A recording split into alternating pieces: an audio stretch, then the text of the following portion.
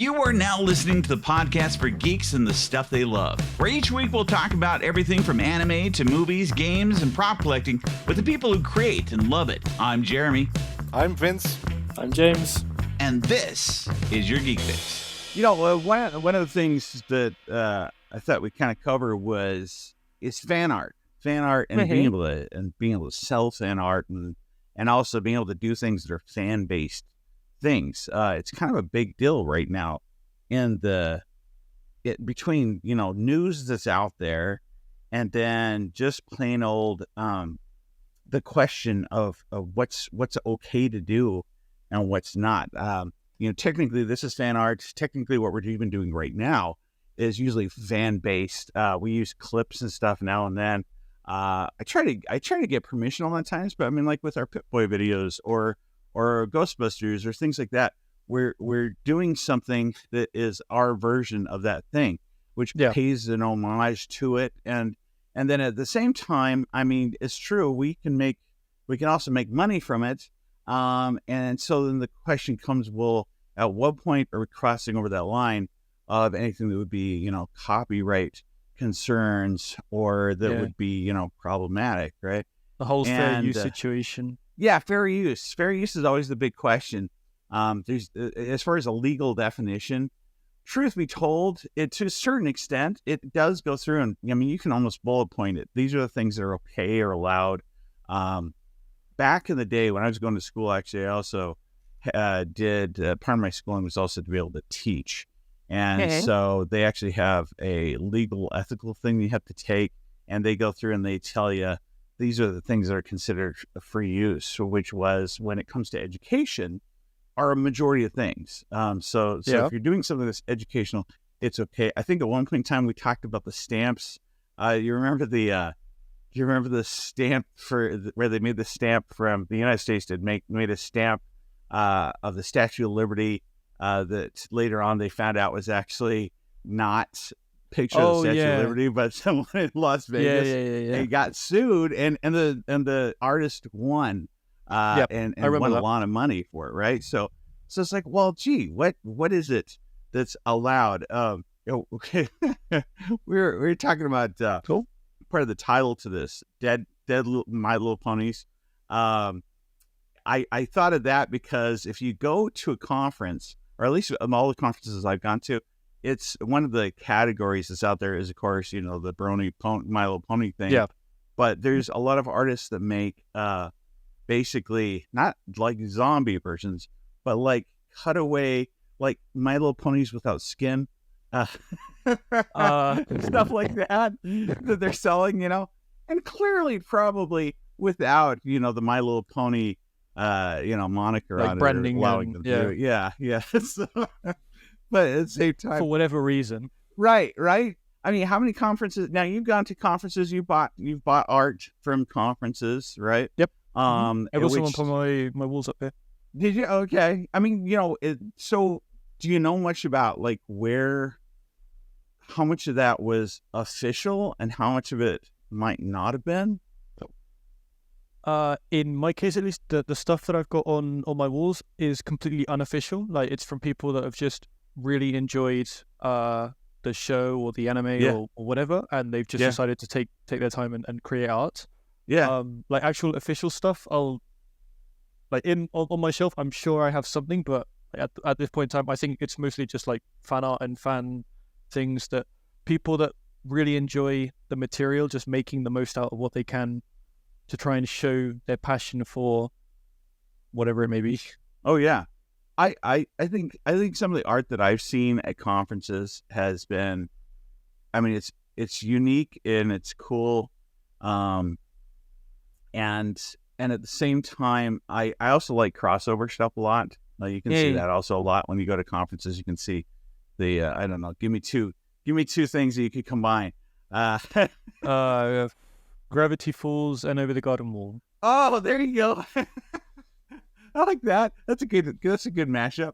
I mean, so it's like you can take any two things and put them together, and they'll a lot of times too, they'll only have elements of those two things. So it's like enough where you can be like, oh wow, this is this cool spin of two things I like, but it's not. It's still unique enough and it's transformative enough. That's always the big word, transformative enough that it should be, it meets that fair use criteria. And so, but it still comes down to how much is that property allowing you to do that thing. Yeah. How much are they allowing you to do something? Depending on the organization, you'll get people that won't allow you to put any of their intellectual property to your fan art. Yeah, I'll give you some examples of so one of our recent episodes, there's some things that once when you try to use it, they will find you and they will shut it down, or they will try and get you on it. One of those biggest ones, we did an episode I'm trying to think, it wasn't the last episode, the one where we talked a little bit about the Netflix anime. I can't remember what the name of it was. Maybe I shouldn't even mention it. But I knew as soon as I put it in there. I mean, we showed a lot of different shows in there. But I knew, and I didn't monetize it because I knew in advance the second you touch anime, somebody's going to get you. And this was their official PR materials. So I wasn't even using something you're not allowed to use. It's actually the official it's something publicly available PR. Right. And it's meant to be for sharing. Like literally they send it out there so that people will share it around to advertise for it. So that's what I had used. But sure enough, copyright thing came up. Since I didn't monetize it, it wasn't an issue. But on the flip side, it does tell you that this is something that's, under copyright, but since you're not monetizing it, they do allow for you to share it. Right. And so basically what it really comes down to is even PR materials, you're okay to share it and they want you to share it as long as you're not making any money from it.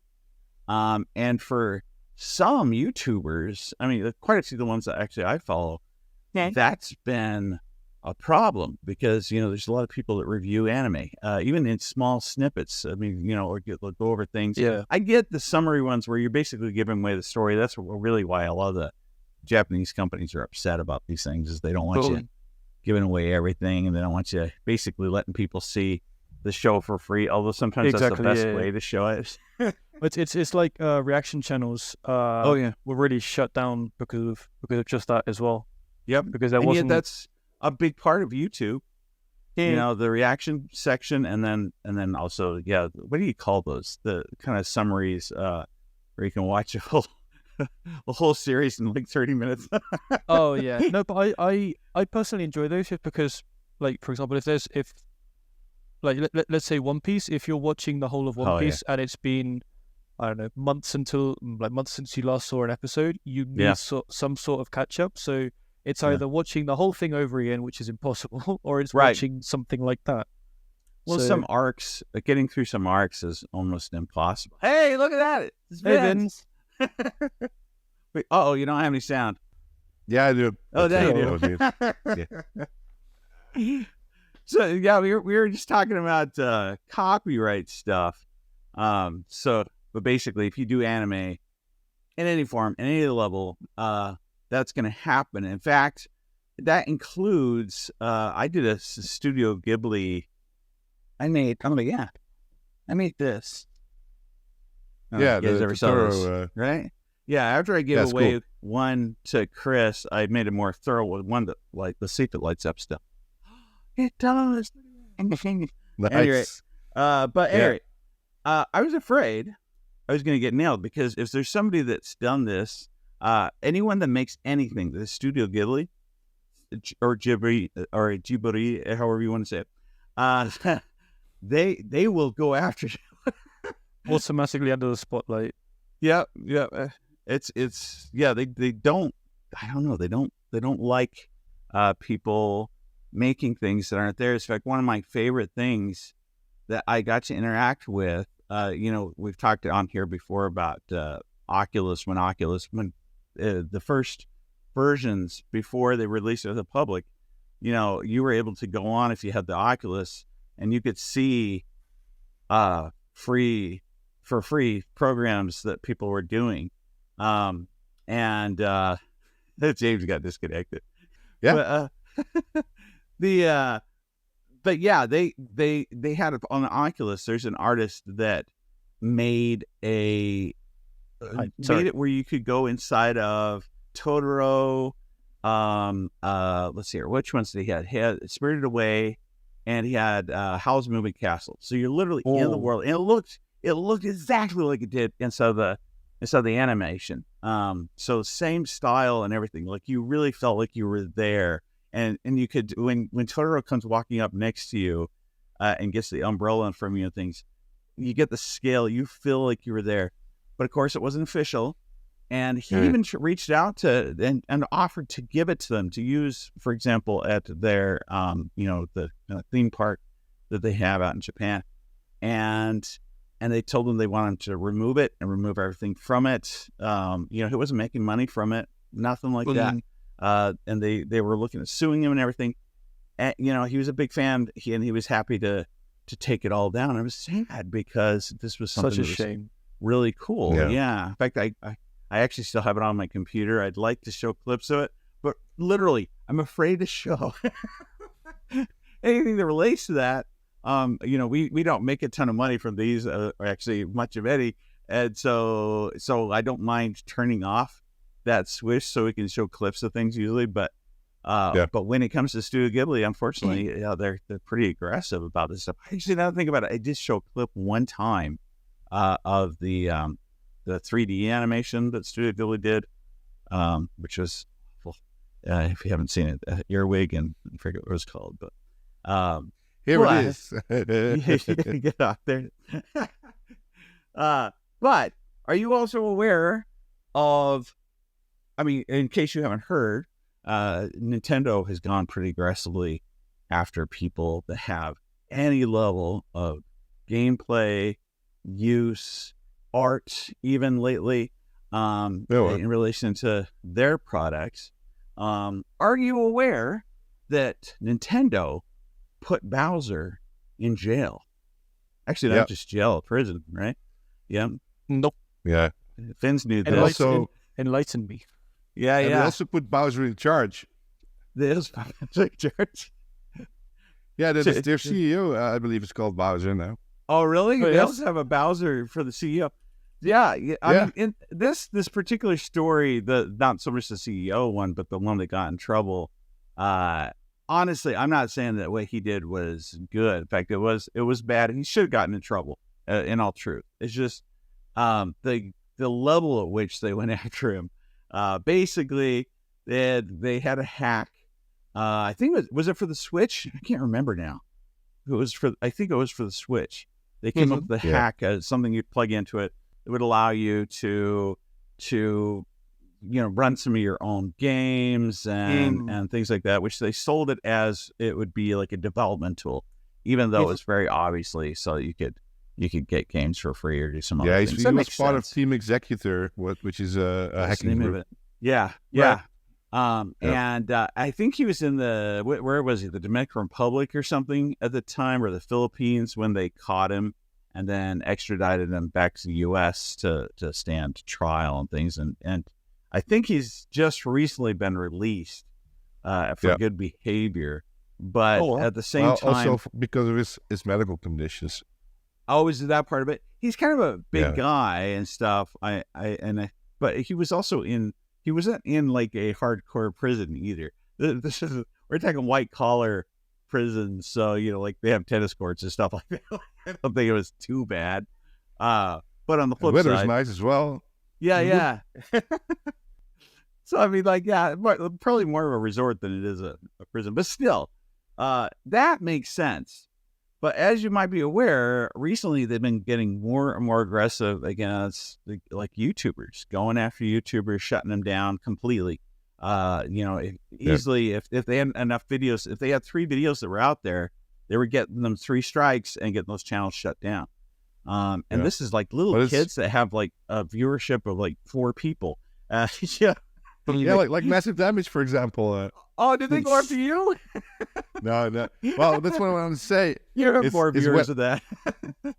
Yeah, but The thing is, though, back when I was still doing it, which is almost 10 years ago, there have been some clampdowns and some ups and downs. So mainly when there are big leaks coming out of games, like, for example, Tears of the Kingdom for Zelda. Oh, yeah. They're going to clamp down because the game was leaked before it was released again. Yeah.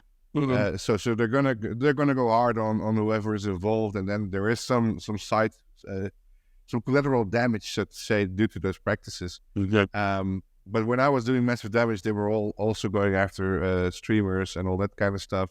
Yeah. And then they would say, like, there is an unofficial cutoff point for, like, modern games or older games that you can review, and newer stuff you have to check out licenses for. Yeah. Same thing with Smash Brothers. They're being really. One time they say, okay, it's fine to stream it. Right. So people were hosting, like, big Super Smash Brothers events. Yeah. And then the other day they just say, okay, well, we're going to revoke the license. You can't do Smash on this event. Good luck. So they're really flippant on how they pursue it. Joey, the anime man, like, that used to be his only source of was anime, and then games, which are mostly Nintendo games. Pointed out that the way around doing some of this, like you're doing, whether it's streaming or live through Twitch or whatever, or if you're doing YouTube, is to deselect certain countries, and so take Asia out of your so nobody over there is it's not gonna be pushed to them. But at the same time, you're less likely to get caught, but also the only reason why they'll go after you is regional sometimes. So even if you get copyrights, not necessarily strike, but some of the times that I've gotten copyright things, I think there's something related to the Netherlands, Vinz, from one of the things that we did, that I got something, and it said, well, this just means it'll be restricted to certain countries.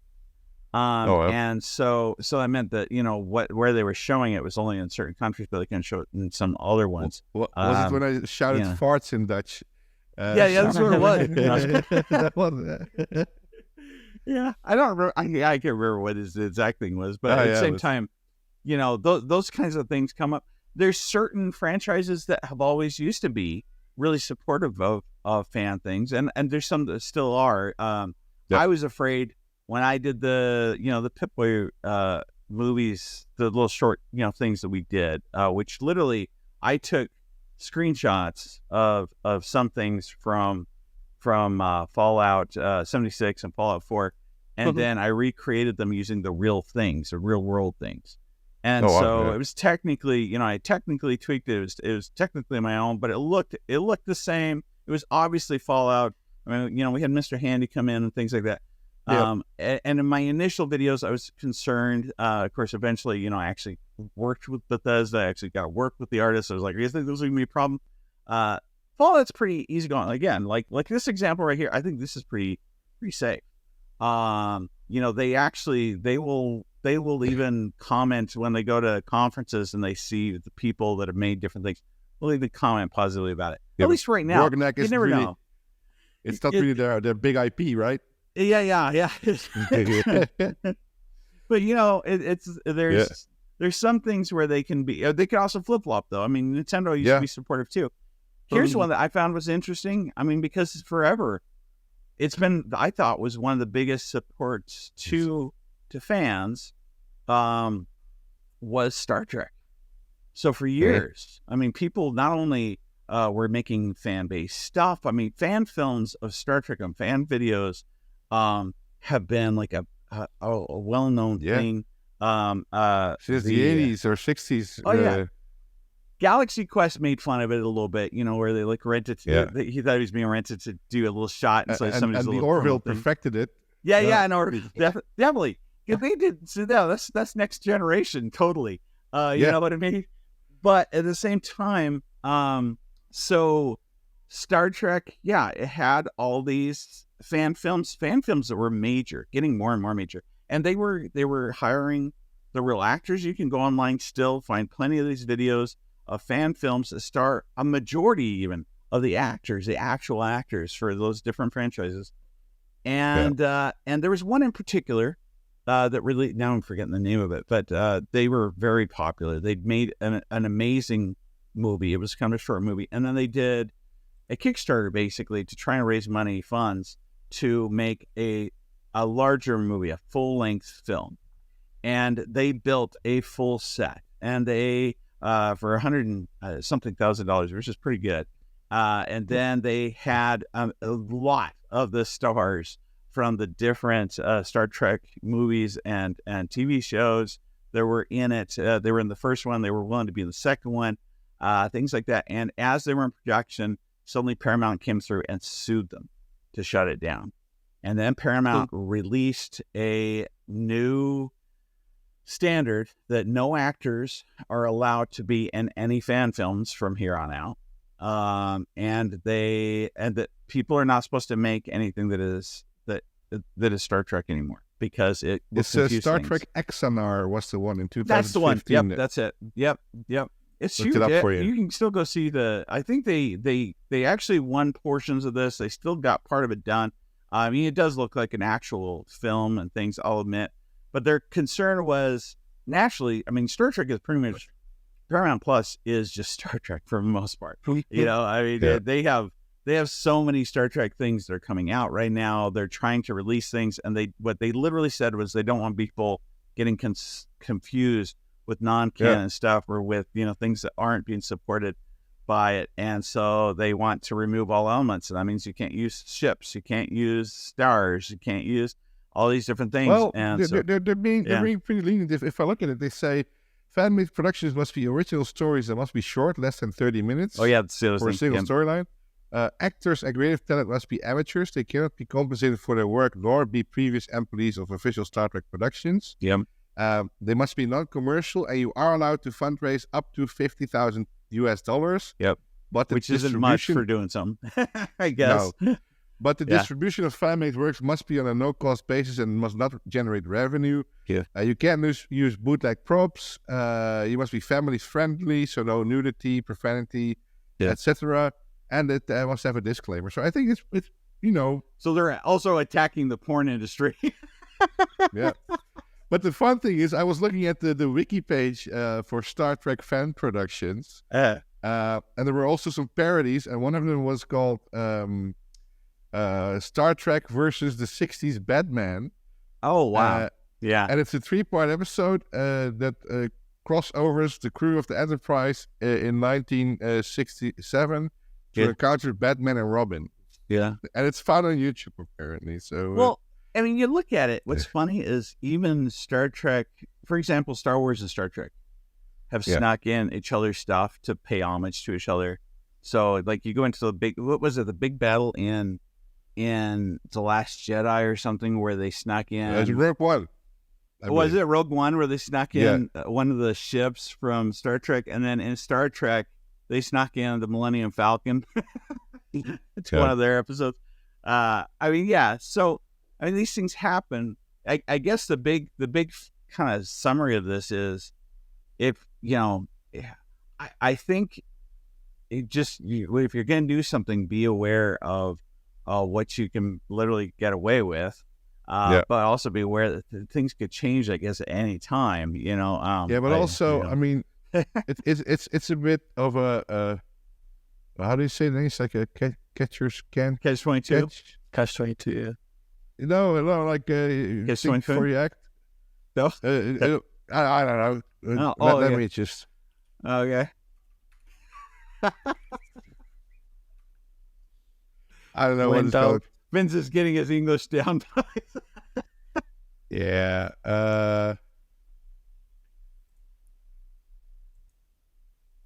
But catch can, but that's not what I meant. No. But the thing is, like, get permission beforehand before you start investing in stuff. I mean, oh no, this giant, enormous behemoth is going to sue my ass because I just used their property inadequately. Yeah. I mean, you should know that, and especially, I know, if you are raising more than $50,000, you are a very big business for whatever you're going to do. Yeah. You should have your legal stuff checked before you're going to do all that Put it in order first. And also, you have a responsibility to the people involved that, you know, first of all, you're getting their hopes up. Second of all, you might get them into legal danger for them being part of whatever you're doing. Yeah. And I mean, the thing is with the Ghostbusters stuff that I'm doing now, of course, there, and also with the 501st with Star Wars, there are some waivers that you can get. Like 501st, there's very specific rules that say, okay, well, you are representing Lucasfilm. There are some things that we don't want you to do wearing a Stormtrooper outfit. With the Ghostbusters, more lenient, but there used to be this paper that they would hand out saying, okay, you are now a licensed franchise. Have fun in the name of Ghostbusters ship. And people see that as a sort of official waiver for do what they do. But for me, for example, I've been trying to collaborate with some Ghostbusters official stuff. So I just contact the PR people or the press people or whoever is responsible for sales and just say, listen, I'm going to an event. I want to use part of your stuff, like, for example, the augmented reality games, Scare for Afterlife on the phone. I said, is it okay if we use your stuff on a stand? We promote your stuff and we can get, more interaction. Right. And how do we make this legal? So they said, okay, well, we can write a waiver so that, you just name the venue, name the place. Here are some keys for the software. Bob's your uncle, and you can legally now represent us on this stand. And it's so easy, just sending an email. So make sure beforehand that if you're going to start this multi-dollar film or whatever, that you get your permissions into it. Yeah. It's funny. If you want to go on Disney's website, on the Star Wars website, you'll see, because they have a whole copyright section and what free use and stuff like that. They have a section about birthday parties. Really? Yeah, if you're going to have a birthday party that's themed, just a birthday party that nobody else is going to go to, you're going to have a birthday party that's themed Star Wars, then, or it was for both Star Wars and Marvel, sorry. Because I remember, the reason why I was looking at it was because of Marvel stuff. I was like, you're gonna have a Tony Stark, Iron Man birthday party.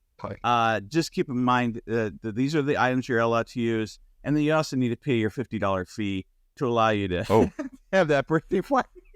Oh wow! Or send out invitations. They have this on there. Yeah, it's kind of funny to read, but I think they don't get too serious about this stuff. I doubt that they're going to clamp it down on who's having a birthday. but I assume that's more like for influencers or whatever that's gonna say, oh, my kid's gonna have a birthday party, I'm gonna monetize the heck out of it. Maybe they don't specify like it's for somebody big or something big. It's like just people getting just covering the ground. But yeah, if you have some examples, if you have something that you've seen or something that you're doing that. Or you have feelings about this. I mean, there's a lot I know of stuff that you can find out there, and a lot of the conversation that's always going on this topic. So it's kind of a big one, and there's a lot of fear right now. Like I said, the Nintendo thing, they're really changing the YouTube community and Twitch community and stuff right now. So yeah, let us know. If you've enjoyed this podcast and want more, stay tuned for that. But also check out our channel, join the community on YouTube that goes by the same name, your Geek Fix. Be sure to check out Vinz on Twitter at massivedmg_ and on his YouTube channel, massivedmg. Check out James at Mr. Malto4 on Instagram and the Replica Prop Forum. We also want to hear from you, so be sure to send your questions, stories, and other projects to yourgeekfix@gmail.com. In the meantime, this has been your Geek Fix.